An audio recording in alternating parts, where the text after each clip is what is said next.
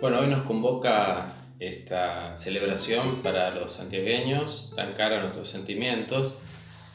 la Fundación de Santiago del Estero y una serie de miradas, si se quiere, abarcativas para pensar esta cuestión en este aniversario, ¿no?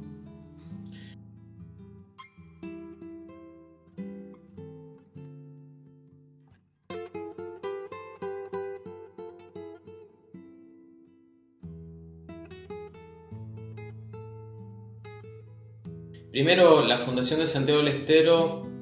generó durante toda la primera mitad del siglo XIX un gran debate acerca de quién era su fundador, si Núñez del Prado, que había llegado primero haciendo sus fundaciones del barco, o Francisco de Aguirre, proveniente de la Capitanía de Chile. Como les decía, esta compulsa, estos debates se resolvieron en parte en el año 1953 con motivo de la visita del presidente Juan Perón. En esa oportunidad, y coincidente con estos festejos, se va a hacer un Congreso Nacional de Historia, y en este congreso se va a debatir acerca de la fecha de fundación y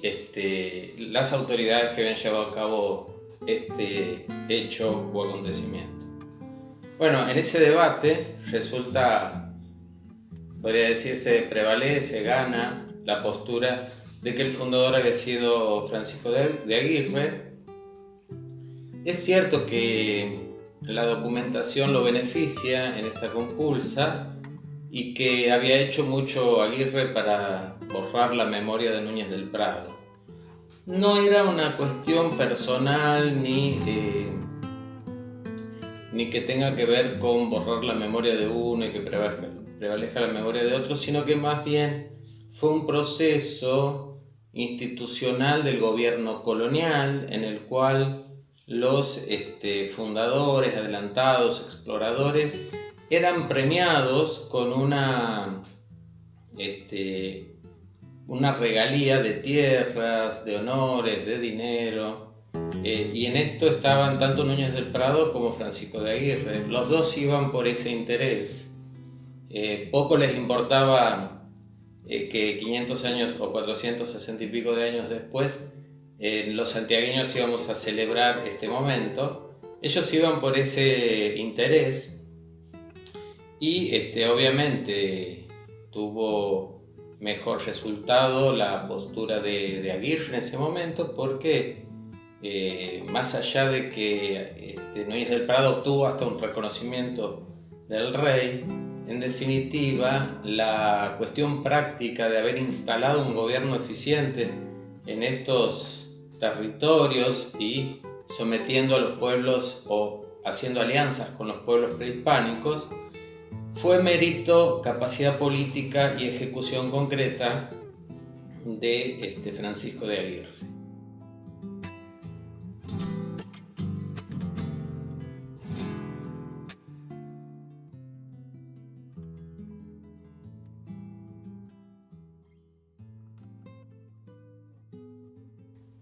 Zanjar esta cuestión, también es importante tener en cuenta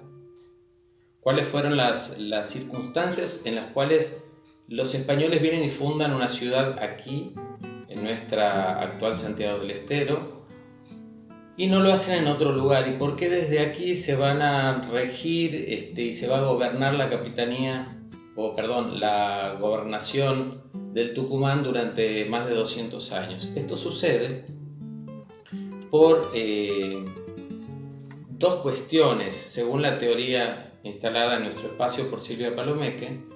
que tenían que ver un poco con las bondades de estos territorios, tierras inundables, con gran cantidad de pasturas, lo que hacía que hubiesen buenas condiciones para la agricultura y para la ganadería, pero también buenas condiciones para la cría para que se reprodujeran los animales de la fauna local, y esto generara una buena posibilidad de caza, que era una de las formas más importantes de la alimentación de esos pueblos antes de la llegada de los españoles. Estas tierras abundantes, pero al mismo tiempo con con un ciclo de caudal de agua para los ríos Dulce y Salado muy irregular. En el verano grandes inundaciones y en el invierno grandes sequías. De alguna manera, lo que no habían podido hacer ni Núñez del Prado, ni Aguirre, ni Almagro, que fueron exploradores que vinieron antes, fue ocupar el espacio que les interesaba en realidad a los españoles, que eran las tierras altas, los valles calchaquíes y los valles de Lerma, donde hoy están instaladas Jujuy, Salta y algunas ciudades de Tucumán y Catamarca. Ellos iban por esas tierras un poco por el metálico y un poco por la regularidad de los recursos naturales en ese lugar y la posibilidad de conservar los alimentos, que no era un tema menor, ya que en ese tiempo no había tecnología de conservación como la que tenemos hoy, de frío, etc. Y en definitiva, de alguna manera, al no poder conquistar esas tierras altas que eran de pueblos muy bravos, como los calchaquíes, por ejemplo, los quilmes, decidieron ir corriéndose hacia el actual territorio de la provincia de Santiago del Estero y fundar aquí una ciudad desde la cual, por algo, se le va a llamar madre de ciudades, se iba a avanzar hacia esos territorios más altos de manera paulatina. Lo que pasa es que después, ¿por qué dura 200 años esta especie de fundación provisoria para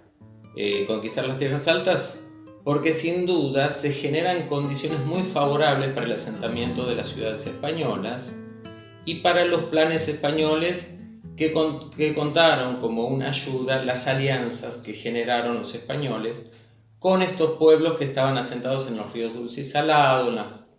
serranías de Guasayán, de Sumape y Antofagasta. De alguna manera eso hizo que Santiago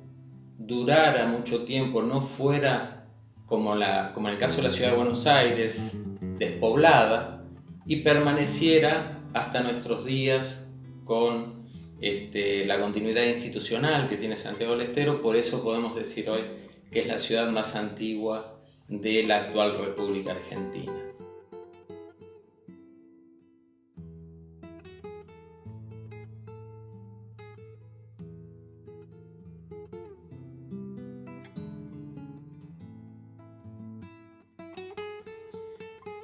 Un pequeño capítulo se merece lo que está pasando con la historia en este momento en la ciudad y en la provincia de Santiago del Estero y las deudas de la historiografía santiagueña para con el pueblo santiagueño. Por cuestiones vinculadas a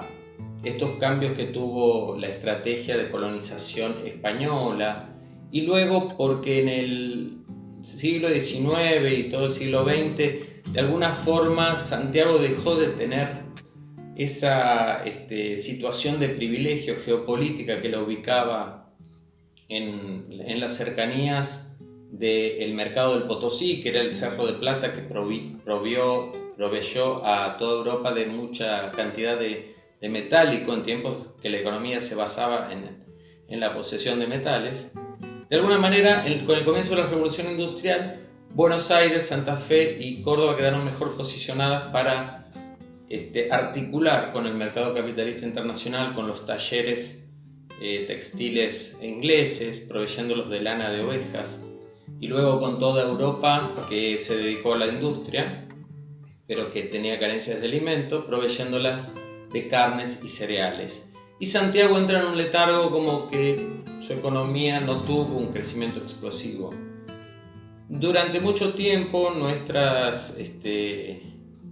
escrituras de la historia estuvieron ligadas a una queja de cierta siesta en la que había entrado Santiago del Estero en comparación con el resto de la economía nacional, pero los estudios recientes de la economía a través de la recaudación de impuestos, del estudio de la demografía que mostraba el crecimiento de la población, hoy podemos hablar que Santiago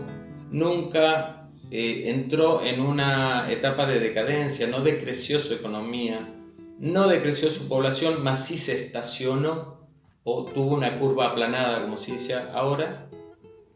Pero podemos decir con orgullo, y hoy en una ciudad y una provincia en franco crecimiento, que es orgullo para todos los santiagueños, que nuestra provincia tiene muy importantes hitos, muy importantes tradiciones y muy importantes antecedentes para sentirnos orgullosos de habernos mantenido firmes en este espacio, siempre creciendo, siempre dando ejemplo de solidaridad, de organización, de cultura, como es lo que les pasa a todos los turistas que vienen y nos visitan. Muchísimas gracias y que tengan una hermosa jornada.